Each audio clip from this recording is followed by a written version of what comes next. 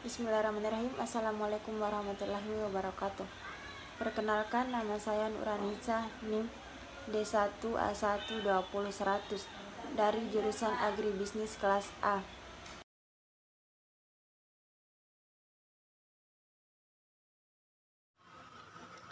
Baiklah, saya akan menjelaskan tugas yang pertama, yaitu filsafat manajemen menurut para ahli. Yang pertama yaitu menurut Frederick Winslow Taylor, dan yang kedua menurut Henry Fayol. Penjelasan yang pertama yaitu menurut Frederick Winslow Taylor, yang dikenal sebagai Bapak Manajemen Ilmiah, menyatakan bahwa manajemen ilmiah merupakan penerapan metode ilmiah pada studi. Taylor menerapkan cara-cara ilmu pengetahuan dalam memecahkan masalah di perusahaan. Dari hasil penelitian dan analisanya, ditetapkan beberapa prinsip yang menggantikan prinsip lama, yaitu prinsip coba-coba atau yang lebih dikenal dengan sebutan trial and error. Manajemen ini merupakan usaha untuk meningkatkan produktivitas para buruh. Dia berpendapat bahwa pemborosan sering terjadi dalam kegiatan produksi karena para pekerja banyak membuang waktu yang tidak sedikit akibat kinerja yang tidak efisien. Frederick Winslow Taylor mengatakan bahwa manajer pada tingkat bawah sangat penting karena berhubungan langsung dengan proses produksi. Ada 4 prinsip yang dijadikan dasar Taylor dalam manajemen ilmiah ini, yaitu yang pertama, melakukan pengembangan manajemen ilmiah yang sebenarnya. Yang kedua, menyeleksi dan melatih pekerja secara ilmiah. Yang ketiga, kerja sama antara manajemen dan buruh untuk menyelesaikan tujuan pekerjaan yang sesuai dengan metode ilmiah. Yang keempat yaitu pembagian tanggung jawab yang lebih merata antara manajer dan pekerja.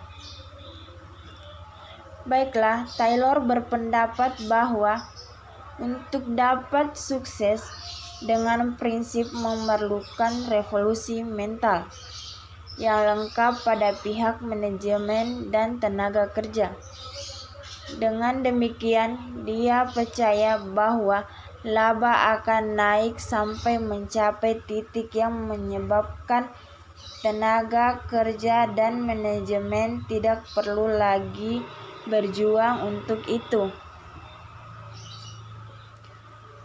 Selanjutnya, penjelasan tentang Henry Fayol. Henry Fayol merupakan seorang industrialis yang berasal dari Prancis. Henry Fayol pada umumnya dikenal dengan penemu aliran manajemen klasik. Ini bukan karena dia adalah seorang pertama yang menemukan tingkah laku manajerial, namun karena dia seorang pertama yang membuatnya menjadi sistematik. Adapun 5 fungsi manajemen menurut Fayol yaitu perencanaan, yang kedua pengorganisasian, yang ketiga pengarahan, yang keempat pengkoordinasian, dan yang kelima pengendalian. Kemudian Fayol membagi 6 kegiatan manajemen antara lain. Yang pertama, teknik produksi dan manufaktur produk. Yang kedua, komersial. Yang ketiga, keuangan. Yang keempat, keamanan. Yang kelima, akuntansi. Dan yang terakhir yaitu manajerial. Berikut adalah 14 prinsip manajemen menurut Henry Fayol, antara lain. Yang pertama, pembagian kerja. Yang kedua, wewenang. Yang ketiga, disiplin. Yang keempat, kesatuan perintah. Yang kelima, kesatuan dalam pengarahan. Yang keenam, kepentingan individual di bawah kepentingan umum. Yang ketujuh, balas jasa. Yang kedelapan, sentralisasi. Yang kesembilan, garis wewenang.